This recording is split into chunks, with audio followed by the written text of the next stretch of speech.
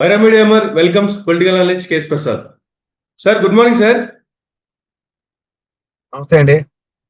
Sir, నిన్న YS Jaganmohan Reddy గారు 175 నియోజకవర్గాలకు సంబంధించినటువంటి ఇన్ఛార్జీలతో ఒక భేటీ అయితే జరిగింది. దాంట్లో చంద్రబాబు నాయుడు గారి మేనిఫెస్టోకి సంబంధించి రీకాల్ కి కూడా ఆయన ఒక కాల్ఫర్ చేయడం కూడా జరిగింది. ఆ భేటీ యొక్క సారాంశము, ఆయన ఇచ్చినటువంటి స్టేట్మెంట్లు ఏం చెప్తారు సార్?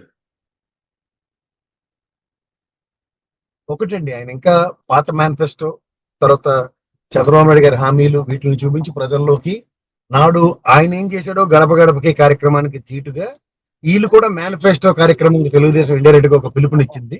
దానికి సమాధానంగా వీళ్ళు ఏమి లేదని చెప్పడానికి, ప్రజలకి చైతన్యం పరచడానికి ఒక అపోజిషన్ పార్టీ పరంగా 175 నియోజకవర్గాల్లో గెలిచిన 11 మంది కాకుండా మిగిలిన వాళ్ళందరినీ సమన్వయపరిచి సంధానపరిచి కార్యాచరణ రచించాడు. అంటే దీని అర్థం ఏంటంటే, ఒక ప్రభుత్వం ఎప్పుడైతే వచ్చిన ఫస్ట్ 45 days లోనే లా అండ్ ఆర్డర్ ఇష్యూలో ఢిల్లీ వేదికగా చేసిన తన ప్రస్థానం, తర్వాత ఎలక్ట్రికల్ డ్రూ అప్ చార్జెస్, మిర్చి యార్డ్ రైతుల వెతలు, అలాగే పొగాకు రైతుల వెతలు, తర్వాత కార్యకర్తల్ని పణంగా పెట్టి వాళ్ళ జీవితాల్ని చెగించేస్తున్న అంశాలు, ఇవన్నిటి మీద నిరంతరం ప్రజల్లోకి వెళ్లే కార్యక్రమం ఎప్పుడైతే జగన్మోహన్ రెడ్డి చేస్తున్నాడో, ఈ సంవత్సర పాలనలో ప్రజా వ్యతిరేకత ఈ ప్రభుత్వం కూడగట్టుకుందన్న విషయంకి ప్రజలకే తెలియజెప్పే కార్యక్రమాన్ని, అంటే 175 నియోజకవర్గాలకి ఆ నియోజకవర్గంలో ఏం జరిగింది మాత్రమే వాళ్ళకి పరిమితమై దగ్గర రాష్ట్ర వ్యాప్తంగా జరుగుతున్న దానికి పార్టీ పరంగా చేస్తున్న చర్య కింద దీన్ని అభివర్ణించారు.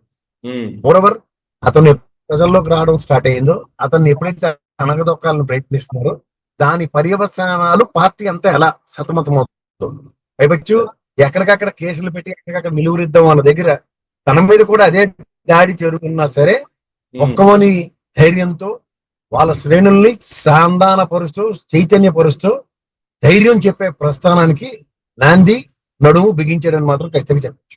దీనివల్ల ఏమవుతుందంటే, రాబోయే రోజుల్లో ఏ నియోజకవర్గాలైనా ఎక్కడైనా పోలీస్ జులుం కానీ లేదంటే ప్రభుత్వ జులుం కానీ చూపిస్తే అధైర్యపడద్దు, మన వంతు పోరాటానికి అస్సలు ఆగక్కర్లేదు, పోరాటమే మన అంతిమ లక్ష్యం ధ్యేయం అని చెప్పే కార్యక్రమానికి నిన్న బ్రహ్మాండంగా అతను సఫలీకృతమయ్యేది మాత్రం చెప్పచ్చు.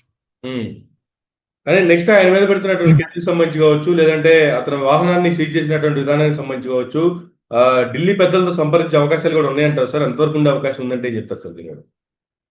అతనిది గౌరవ న్యాయస్థాన పరిధిలోనే అతనికి సెక్యూరిటీ థ్రెట్ ఉంది, దీని మీద సెక్యూరిటీ ఎన్హాన్స్ చేయాలన్న విషయం ఉంది. అతను డైరెక్ట్ గా హోమ్ మినిస్టర్ ని ప్రధానమంత్రిని కలిసే లోపు వాళ్ళ ఎంపీలు ఉన్నారు కాబట్టి డెఫినెట్ గా ఒక డెలిగేషన్ వాళ్ళ దృష్టిలోకి తేబడుతుంది. ఎందుకంటే పోలీస్ ప్రొటెక్షన్ అనేది రోప్ పార్టీలు అన్నవి ఎక్కడ అతని పర్యటనలో ఉండని తరుణంలో అతనికి గతంలో జరిగిన కోడికత్తి దాడి కానీ లేదా రాయి దాడి కానీ వాళ్ళు తీసినంత ఈజీగా కాదు కదా. అది గౌరవ న్యాయస్థానంలో దానికి ప్రాణాపాయ స్థితి ఉంది, ఇతనికి ప్రాణ హాని ఉంది అన్నది గౌరవ న్యాయస్థానాలు కన్విన్స్ అయ్యి. సో ఆ తరుణంలో దాన్ని ఏ విధంగా ఈ ప్రభుత్వం పరిగణలోకి తీసుకుంటుందంటే, అసలు పరిగణలోకి తీసుకోవట్లేదు. దాన్ని పరిగణలోకి తీసుకోనప్పుడు పరిగణలోకి తీసుకునే చర్య అన్నది నాంది పలికితే అది ఢిల్లీ వేదికగా ఖచ్చితంగా, if my prediction is not wrong, అతి దగ్గరలో అతనికి ఎన్ఎస్జీ కమాండో సపోర్ట్ వస్తుంది అన్నది.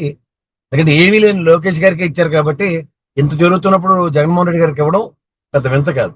ఎన్ఎస్జీ కమాండోస్ వచ్చిన తర్వాత అతను ప్రజల్లోకి వెళ్ళడం చాలా సులువు అవుతుంది. ఇంకా ఎందుకంటే వాళ్ళు ఒక టెరిటరీ క్రియేట్ చేస్తారు, రోప్ పార్టీ ఉన్నా లేకపోయినా. పైపచ్చు గౌరవ ఎస్పీ గారికి 15 days బిఫోర్ నోటీస్ ఇవ్వండి, ఆయన వేర్ మినిమం 2 weeks నోటీస్ ఇవ్వండి అక్కడికి వెళ్ళడానికి ఉండదు ఆయన ఏ ప్రోగ్రామ్ కైనా. ఎన్ఎస్జీ కమాండోస్ అంటే ఆ 2 weeks లో protection rules as per the norms of NSG commandos అంటే రోప్ పార్టీ గ్యారంటీగా ఉండాలి. అదే గౌరవ చంద్రబాబు నాయుడు గారికి మీకు ఏ విధంగా రోప్ పార్టీ ఉంటుందో ఆ విధంగా ఉన్నప్పుడు అతను పర్యటనలు సులువు అవుతాయి, ప్రజలను నియంత్రించడం కూడా అంతకన్నా సులువు అవుతుంది. ఇప్పుడు ఓన్లీ నియంత్రించడానికి మాత్రమే ఉపయోగపడుతున్న పోలీస్ వ్యవస్థ, నియంత్రణతో ఏం అవ్వట్లేదు. ప్రతి నిమిషం సాధారణంగా ప్రూవ్ అవుతున్నా సరే, ఇక్కడ గతంలో అనితమ్మ గారు మాట్లాడినప్పుడు ఒక అపోజిషన్ యొక్క ప్రజలు ఏ విధంగా తరలి వస్తారన్నప్పుడు గతంలో జరిగిన అనుభవాలను కనిగిరి దగ్గర ఆనాటి ఇంటెలిజెన్స్, ఈనాటి ఇంటెలిజెన్స్, ఇప్పుడున్న ఇంటెలిజెన్స్ మూడు చూసుకుంటే స్టేట్ మెజరబుల్ ఫెయిల్యూర్ చెప్పొచ్చు ఇంటెలిజెన్స్ వ్యవస్థ. ఎందుకంటే గతంలో ఏబి వెంకటేశ్వరరావు, వీరాంజనేయులు వీళ్ళిద్దరూ ఏం ఉద్ధరించి వెళ్ళారో మనకి 2 ప్రభుత్వాలు తెలుసు. ఆ ప్రభుత్వం గెరమోడి ఈ ప్రభుత్వానికి తప్పకుండా మొన్నగా క్షవరం చేయించి ఇచ్చారు ఇంటెలిజెన్స్ దిక్కుమాల రిపోర్టులతో. దానివల్ల ప్రభుత్వానికి అనా పైసా కూడా యాడ్ అవ్వలేదు. వాళ్ళు చెప్పిన రిపోర్ట్లు దమ్మిడికి పనికిరావని విషయం సోదారణంగా ప్రూవ్ అవుతున్నప్పుడు ఇంటెలిజెన్స్ అన్నది ఖచ్చితంగా ప్రశ్నార్థకంగానే. ఓకే, సో దీన్ని గమనిస్తూ ఖచ్చితంగా సెంట్రల్ ఇంటెలిజెన్స్ దీనికన్నా చాలా ప్రొయాక్టివ్ గా పనిచేస్తుంటుంది. అందుకనే ఢిల్లీ నుంచి వస్తున్న ఫీలర్స్, ఢిల్లీ వేదికగా ఇవాళ తాడేపల్లి స్క్రిప్ట్ కాకుండా ఢిల్లీ స్క్రిప్ట్ అన్నట్టుగా అపోజిషన్ లోనే కొన్ని ఛానల్స్ లోనే విపరీతమైన భయాందోళనలు జరిగించే విషయాలు ఉన్నాయి. ఇప్పుడు ఎఫ్సిఐ మీట్ లో నిన్న చంద్రబాబు నాయుడు గారిని గమనిస్తే గతంలో ఆయనకున్న అనుభవాలతో స్టేట్ ఫ్లరిష్మెంట్స్ కోసం ఆయన అనర్గళంగా మాట్లాడిన ఉదంతాలు ఉన్నాయి. కానీ నిన్న జగన్మోహన్ రెడ్డి ఇంక రాకుండా నేను ఏదో ప్రయత్నిస్తాను, ఆపుతాను, నిలువరిస్తాను అన్న భరోసాలు ఇచ్చుకునే కార్యక్రమం ఉన్నారు. అది ఇండైరెక్ట్ గా లోపటి నుంచి అంతా చెతపురుగు దొలిచేస్తుంది వాళ్ళని. అంటే జగన్మోహన్ రెడ్డి అనే వ్యక్తి యొక్క భయం. నేను అంటుంది ఏంటంటే ఇవాళ ఎగ్జిక్యూషన్ తో ప్రజల మనసులు గెలుచుకుని నెక్స్ట్ ప్రభుత్వ స్థాపనకి పునాదులు వేయవలసిన ఒక ప్రజాస్వామ్య ప్రజాప్రభుత్వం ఇంకొక పార్టీ అధికారంలోకి రాదని చెప్పడానికి ఎవరు మనం? మన చేతిలో ఏముంది? ప్రజాస్వామ్యాన్ని మనం నియంత్రణతో పోకడలతోనూ నేను నిలువరించగలను అనుకునే భ్రమల్లో ఉంటే చాలా కష్టం. అది తప్పు కూడా. అంటే జాతీయ సమిట్లు, సమిట్లు లాంటివి గతంలో విశాఖ వేదికగా 2-3 సమిట్లు జరిగినప్పుడు చంద్రబాబు గారి అనర్గళ ప్రసంగాలు చరిత్ర అభివర్ణిస్తున్నప్పుడు ఎప్పుడైతే ఇవి ధీటుగా దానికి కొత్తగా చేసే పని ఏదేందో దాంట్లోంచి కూడా ఒక అవుట్కమ్ డెరైవ్ అయ్యే దగ్గర అవుట్కమే డెరైవ్ అవ్వాలని నిస్సహాయ స్థితి డ్రైవ్ అవుతుంటే ఏ అష్యూరెన్సెస్ ఇస్తారు, ఏ ప్రాతిపదిక మీద ఇస్తారు నాకైతే అర్థం కావట్లేదు. ఈవెన్ పవన్ కళ్యాణ్ గారు నోటమ్మడి మాట కూడా మేము ఈ ప్రభుత్వం స్థాపించాం కాబట్టి జగన్మోహన్ రెడ్డి ప్రభుత్వం అనే భూతాన్ని తరివేస్తాం, 15 ఏళ్ళు రాకుండా నేను చంద్రబాబు గారి కింద పనిచేస్తున్నాను ఆయన మాటలు. వీళ్ళేమో ఖచ్చితంగా ఆయన రాకుండా నిలువరిస్తామన్న మాటలే తప్ప అసలు ప్రజాస్వామ్యంలో ప్రజల తీర్పుని మేము నిలువరిస్తామన్న సామర్థ్యం ఎక్కడి నుంచి వస్తుందన్నది మాత్రం పెద్ద ప్రశ్నగానే ఉత్పన్నం అవుతుంది. ఇది ప్రజాస్వామ్యం ఆఫ్ డెమోక్రసీలో గతంలో మీకు 11, వాళ్ళకి 11 ఇవ్వచ్చు, మీకు 23 ఇచ్చినవి, ఇవన్నీ ప్రజాస్వామ్యంలో నిలువెత్తు నిదర్శనాలు కొట్టొచ్చినట్టు కనబడుతుంటే మీరు ఇవాళ 164 బేగాలు, 151 కూడా గతంలో వాళ్ళు బేగాలు పోయారు. లాస్ట్కి ఏమైంది? ప్రజా బ్యూటీ ఆఫ్ డెమోక్రసీ అబ్రివేషన్ తెలిసి కూడా మీకు నచ్చిన అబ్రివేషన్ తో మనం ముందుకెళ్దాం అనుకుంటే అది వాస్తవానికి చాలా దూరంగా ఉంటుందన్న విషయం గ్రహించాలి. ఎవరో నాలటోడు నీలటోడు చిన్నపెడితే అర్థం అవుతుంది. కానీ స్థాయి కలిగిన చంద్రబాబు గారు లాంటి వ్యక్తి ఆ విధంగా మాట్లాడడం, అది కూడా ఎఫ్సిఐ మీట్ సమిట్ లో it's not practically not happening. అది ఖచ్చితంగా Delhi intelligence and as well as central government లో ఎన్డీఏ కూటమి డబుల్ ఇంజిన్ సర్కార్ అని ఎప్పుడైతే ప్రభుత్వ స్థాపన జరిగిందో మేమైతే మేనిఫెస్టో ముట్టుకోలేదు. నిన్న క్యాబినెట్ మీటింగ్ లో కూడా పవన్ కళ్యాణ్ గారి అబ్సెన్స్ లో 44,000 ఎకరాల మీద నిర్ణయాలు ఇవన్నీ తీవ్రంగా గమనిస్తూ ఉంటారు కదా వాళ్ళు. సో దాని పర్యవసనం ఎలా ఉంటాయి అన్న దగ్గర ఎన్డీఏ డబుల్ ఇంజిన్ సర్కార్ తో వీళ్ళు ఏదో ధైర్య సాహసాలు ఉరకబెడతారన్న దగ్గర నాకు తెలిసి నరేంద్ర మోడీ గారు చచ్చినా కల్లో కూడా చంద్రబాబు నాయుడు గారిని నమ్మరు. పైకి మహానటి సావిత్రి అంశంలో పుట్టినంటే నరేంద్ర మోడీ గారు, ఆయన నటనకి ఈయన ప్రభావితం అయితే నేనైతే ఏం చెప్పలేను. ఎందుకంటే నరేంద్ర మోడీ నిద్రలో కూడా శత్రువునైనా క్షమిస్తాడేమో కానీ చంద్రబాబుని క్షమించింది. ఆయన గత అనుభవాలు అలాంటివి. ఇవాళ ఇల్లు వాళ్ళు తేనె పోసుకొని మేకమైన పుల్లలు నటిస్తున్నంత మాత్రాన వాస్తవానికి దూరంగారు దగ్గరగా ఎవరు ఉంటున్నారన్న విషయం అందరికీ తెలుసు. కేబినెట్ భేటీ జరిగింది. కేబినెట్ భేటీకి సంబంధించి చూసుకుంటే కూడా దాంట్లో తీసుకుంటున్న నిర్ణయాలు మధ్యలో పవన్ కళ్యాణ్ గారు బయటికి వెళ్ళిపోయారు. ఏం సార్ కారణం? ఏంటి సార్ దానికి? ఏం చెప్తారు అసలు ఈ అంశానికి సంబంధించి? 2 విషయాలు సార్. పవన్ కళ్యాణ్ గారు ఇవాళ గౌరవ ఉప ముఖ్యమంత్రి, కేబినెట్ హోదాలో ఒక సీనియర్ మంత్రి, పంచాయతీ రాజ్ శాఖకి గౌరవ తీసుకొస్తున్న మంత్రిగా అభివర్ణించారు. First thing. రెండోది కేబినెట్ నిర్ణయం అనేది సమిష్టి నిర్ణయం ఉంటుంది. మూడో పాయింట్, పవన్ కళ్యాణ్ గారికి గౌరవ జనసేన పార్టీ కూటమిలో అధ్యక్షుడు స్థానం. పురంధేశ్వరి ఎంపీ కాబట్టి కేబినెట్ మీటింగ్ రాలేదు. అక్కడ బీజేపీ ప్రతినిధిగా ఫ్లోర్ లీడర్ గా ఎవరున్నారో వాళ్ళు పవన్ కళ్యాణ్ గారు will definitely play vital role.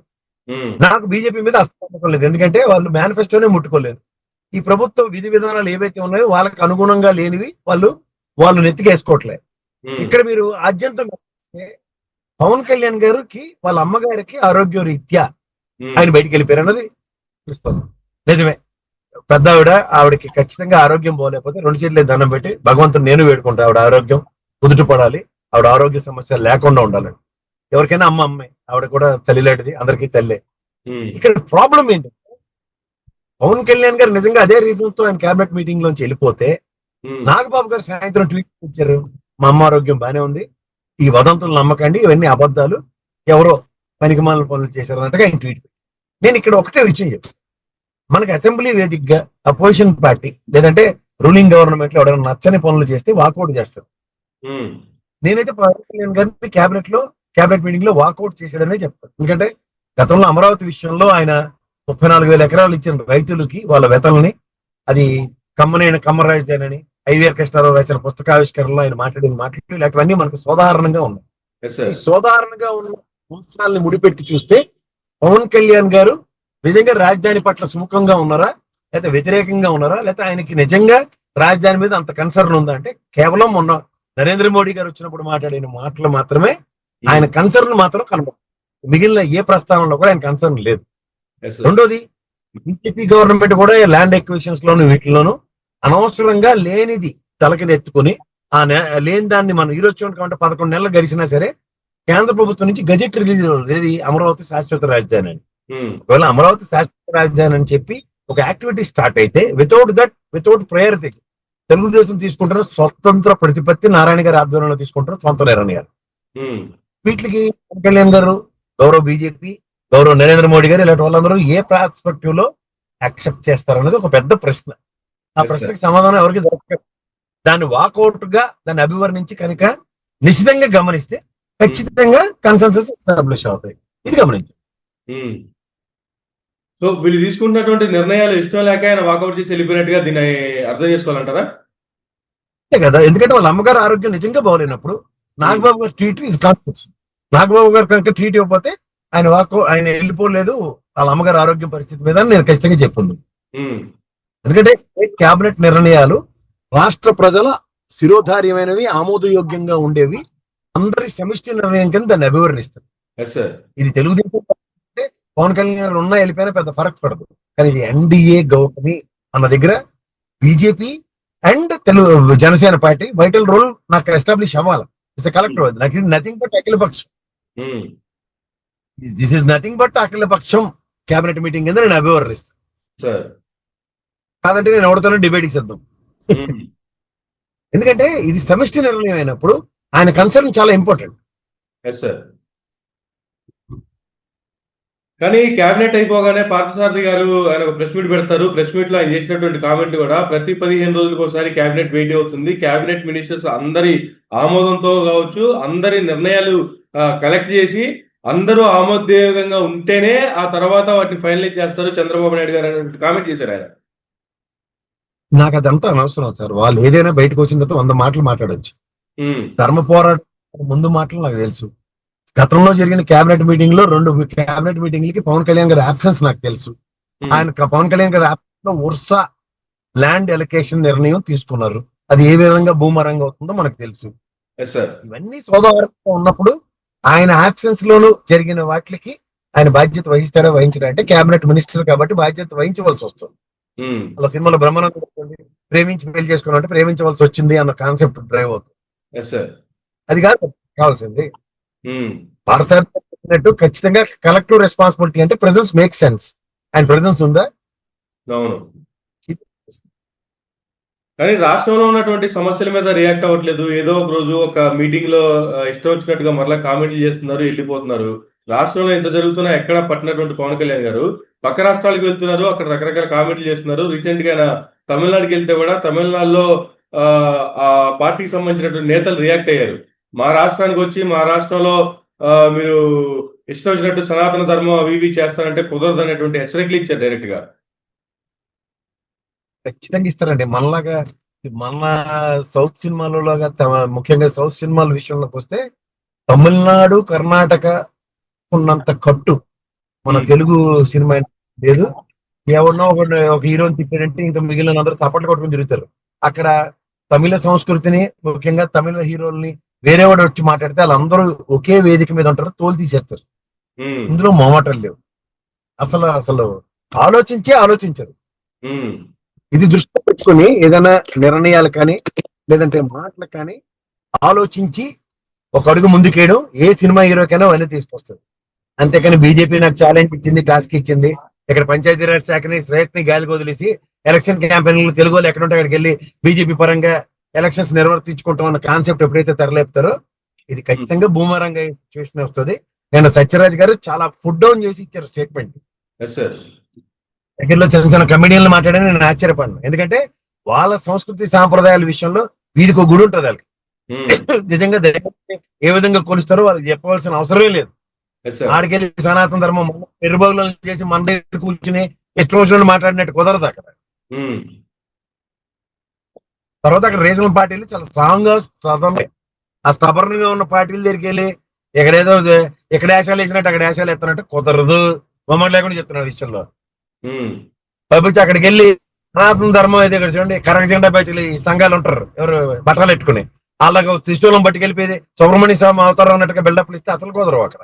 Um. So Telugu సినీ పరిశ్రమలో కూడా దిల్ రాజు గారు ఆయన కూడా కొన్ని సజెషనల్ కామెంట్లు చేశారు. గతంలో జగన్మోహన్ రెడ్డి గారు తీసుకున్న పాలసీలు ఏవైతే ఉన్నాయో తెలుగు సినిమా ఇండస్ట్రీకి అదే కరెక్ట్ పాలసీ అని ఇప్పుడు ఉన్నటువంటి ప్రభుత్వం మీద ఇండైరెక్ట్ గా చేసినటువంటి కామెంట్లు. వీళ్ళు ఇప్పుడు అధికారంలో ఉండి కూటమి ప్రభుత్వం అధికారంలోకి వచ్చిన తర్వాత ఇండస్ట్రీ పెద్దలు ఎవరు కలవలేదని చెప్పి ఆయన కాల్ ఇచ్చిన తర్వాత చంద్రబాబు నాయుడు గారితో మీటింగ్ అరేంజ్ చేసిన తర్వాత కూడా ఎవరు రాలేదు మీటింగ్ కి. తర్వాత ఇటువంటి కామెంట్లు ఎలా చూడాలి సార్ అసలు? వాళ్ళకి ఏమి ఎందుకంటే ఇండస్ట్రీ అంతా తెలంగాణలో ఉందండి, ఆంధ్రప్రదేశ్ తో సంబంధం లే. సినిమాలు రిలీజ్ చేసినప్పుడు ఒకసారి వెళ్ళి బొకే సాలవాళ్ళు కప్పగానే వాళ్ళందరూ ప్రసన్నం అయిపోతున్నారు. వాళ్ళకి ఏం ఫరక్ పడదు. వాళ్ళకి ఫరక్ పడుతున్నప్పుడు ఎంతకాలం ఏది పడితే అది మాడుతూనే ఉంటారు. వీళ్ళు ఏదో పెద్ద పెద్ద తీసిమార్కాలను అన్నట్టుగా మాట్లాడడం అలవాటు. They have taken governments as granted. ఏమీ చేయలేరని బాగా తెలుసు.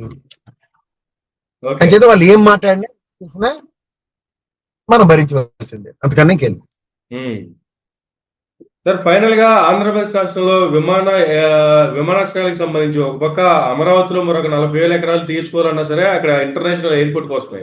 మరో పక్క చంద్రబాబు నాయుడు గారు ఎలక్షన్ మేనిఫెస్టోలో ఎలక్షన్ దాంట్లో భాగంగా ఆయన చేసినటువంటి కామెంట్లు కుప్పం నుంచి డైరెక్ట్ గా కూరగాయలు విదేశాలకు అమ్ముకునేలాగా అక్కడ ఒక ఎయిర్పోర్ట్ నిర్మిస్తాను అని. ఇప్పుడు కుప్పం నియోజకవర్గంలో చూసుకుంటే మాకు ఎయిర్పోర్ట్ వద్దు అని చెప్పి రైతు ఆత్మహత్య చేసుకున్నటువంటి పరిస్థితి కుప్పంలో చూస్తూ ఉన్నాము. సార్ ఇది భూసేకరణలు అంతా ఏం సార్ అంటే ఎక్కడ పట్టినా ప్రభుత్వ స్థలాలకు సంబంధించి బోర్డులంతా భూములు ఉన్నప్పటికీ కూడా ప్రైవేటు వ్యక్తుల నుంచి భూములు లాక్కొని ఎయిర్పోర్ట్లు వీటికి కట్టాల్సినంత అవసరం వచ్చిందంటారు. ఈ భూములు అనుకున్న రహస్యాలు ఏం చెప్తారు సార్? 30 కిలోమీటర్ల రేడియస్ లో ఇంకో ఇంటర్నేషనల్ ఎయిర్పోర్ట్ రావడం ఇంపాసిబుల్ టు నెక్స్ట్. అందులో విజయవాడ ఎయిర్పోర్ట్ ల్యాండ్ ఎక్విజిషన్ జరిగింది, ఇంటర్నేషనల్ ఎయిర్పోర్ట్ ఇంకా రీబిల్డ్ చేస్తున్నారు. అంచేత అమరావతిలో వస్తుంది అన్నది అద్భుత కల్పన. ఏదో చిన్న కాకమ్మ చెప్పి 45,000 ఎకరాల ఎక్విజిషన్ కోసం చేస్తున్న ఒక రాజకీయ వికృత క్రీడ కింద అభివర్ణించాలి తప్ప కుప్పం దగ్గర ఇవన్నీ వీళ్ళ చేతిలో ఉండవు సార్. ఏవియేషన్ మినిస్టర్ మాత్రమే వీళ్ళ చేతిలో ఉంటుంది కదా. Aviation department will take a different calls. అక్కడ ఉన్న వెదర్ కండిషన్స్, ల్యాండ్ డెన్సిటీ, ఇట్లాంటి సర్కమ్స్టాన్సెస్ ని ఎస్టాబ్లిష్ చేస్తూ వాళ్ళకి నచ్చినట్టు ఎక్కడ పడితే ఆడ పెట్టడానికి వాళ్ళు ఒప్పుకోరు.